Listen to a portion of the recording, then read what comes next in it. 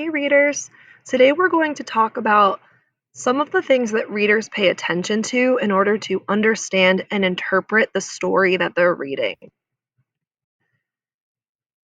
All right, so the different elements that we are going to look at today, we've actually covered earlier throughout the year. So we're basically reviewing these different strategies, but readers should pay attention to a number of different things as they're reading. The first thing that they want to pay attention to are characters. So when you're paying attention to characters, you want to think about the character traits, so some of the traits that characters have, what their motivations are, what their relationships are between other characters, or even sometimes you can think about with themselves, and life lessons that they learn. Also, as a reader, you want to pay attention to the plot. Okay, what are the events that are going on in the story? One of the major things that you want to think about are how do events that happen later in the story connect back with earlier ones? Also, you want to pay attention to the setting. So sometimes in a story, there might be multiple settings that you'd want to pay attention to. You can think about the mood. Okay, so what is the emotional atmosphere in that particular setting? How has the setting changed, or even how has the mood changed whenever the setting changes? And how does the setting affect the characters in the story? So, do the characters behave differently, feel differently in different settings? And lastly, you want to also pay attention to repeating objects. So, we've talked about this earlier. This is called symbolism. So, you might ask yourself, why is that object highlighted in the text? And perhaps does it stand for something larger than itself? So, I'm going to use my notebook to show you how I was thinking about all of these different elements of of Marshfield Dreams.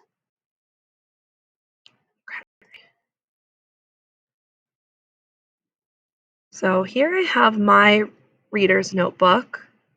I just want to remind you to make sure that you're continuing using your reader's notebook as you read, just as you would be doing if we were in class together. So, this page, the first page here, figuring out the meaning of unknown words, you want to make sure that you're continuing on with adding to that. So, at this point, at the end of last year, I said that you should have at least two words in this list. You should continue on with that. So set a goal for yourself this week. Maybe at least try to add one to two more words to your figuring out the meaning of unknown words page in your notebook. So just because we aren't focusing on that this week doesn't mean you can't continue and you shouldn't continue adding to it.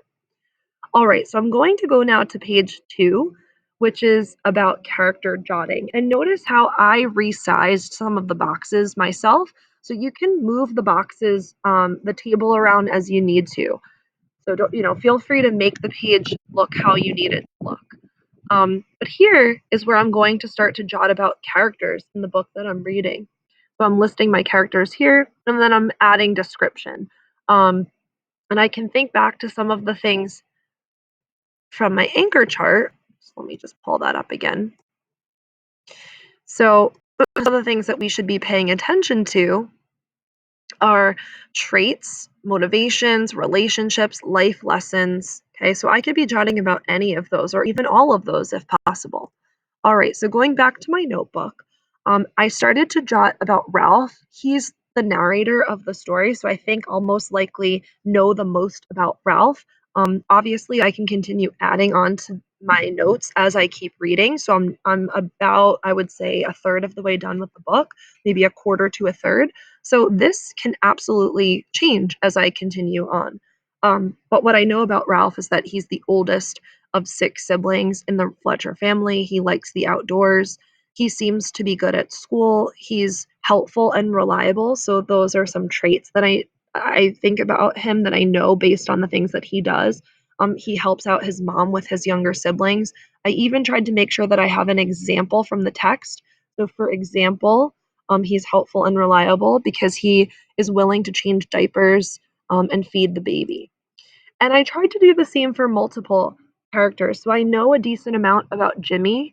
I also know a lot about Mrs. Fletcher, But keep in mind there are a lot of characters in Marshfield Dreams, so I don't need to jot about every single character. I'm jotting about the main characters that I know the most about. And I just want to remind you to try to add as many pieces of text evidence in your notes as you can. So if you have an example of something, you want to add that. So, like, for example, I have here Mrs. Fletcher finds ways to get the family working together. For example, she has them snick up the rug and she also has them clean up together after dinner. So I'm trying to pull pieces of the text into my notebook. Okay, the next page in my notebook is about conflict. So this is where I would jot about conflict. And I'm paying attention to what are some conflicts that are going on? Who is this a conflict for? How is it resolved? How is a character changed as a result of the conflict? So to go back to this page, okay, I can think about plot here. Um, and really plot conflict would fall under the plot. Okay. So I've identified a couple of conflicts so far. Keep in mind this is a memoir too, so there might be some different conflicts that arise as Ralph kind of goes back and retells smaller moments from his early life.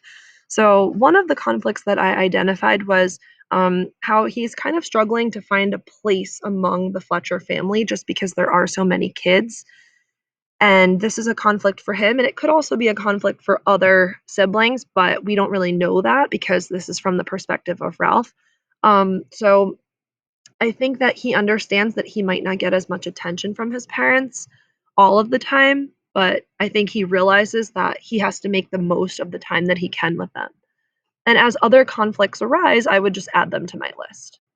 All right, the next page is about setting. So this is where I can jot about setting. Again, if I need to resize boxes, I can always, move this over if I feel like I need more space over here where I'm describing. But this is where I would list the different settings that I come across, the major ones, and I would try to describe them. So to go back to our chart here, okay, when we think about setting, you would want to focus on the mood, any changes in the setting, how does the setting affect characters? All right, so going back into my notes, um, it seems like the book mainly is taking place in Marshfield, Massachusetts, but it seems like Ralph talks a lot about the woods and also talks about his family home. So those are the main two settings that I've decided to jot about, and I'm adding um, more and more as I read to my notebook here. So, like, for example, the outside in the woods are a place of adventure to Ralph and his brothers, and he calls the woods magical. And his home, the setting's a little bit different. So it seems like it's a little bit more chaotic. Um, Sometimes like a organized chaos, I think, thanks to his mom. But the home obviously has a lot of people in one small space, so that could definitely affect the characters differently than when they're outside and they're more free. Okay, and then the last page that I'm going to focus on are symbols. So at this time, because I'm sort of in the beginning of the book, I haven't seen repeated symbols too much, but I am paying attention to this as early on as possible. Um, so let me just go back really quick to show you the anchor chart. All right, so when we have repeating symbols, we can ask ourselves, why is that object highlighted? Does it stand for something bigger than itself? Does it stand for something else? At this time, it seems like Ralph talks a lot about the woods. I haven't really written down what I think the meaning of this might be yet. I think I might have to read on a little bit more, but I'm starting to think about symbols um, early on. So these are the four different pages that you're going to focus on this week in particular, and as you continue reading next week as well. So we're starting to think about these different these different story elements now, and we're going to be using our notebook to jot as much as we can within them. Again, if you feel like you need more pages or more space, you can always copy the page or you can add another page. So you can make your notebook look however you need to fit the information that you need to fit in it. Okay. There is one page here about theme. You don't have to start jotting about theme quite yet. We're going to get to theme next week.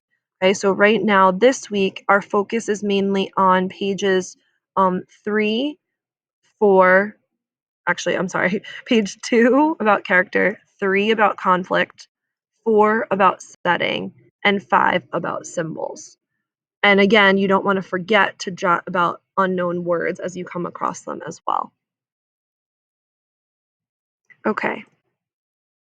So I'm going to send you off. Please keep up with your reader's notebook. This is something that I am going to be looking at and scoring. So please make sure that you're adding to your notebook. And off you go.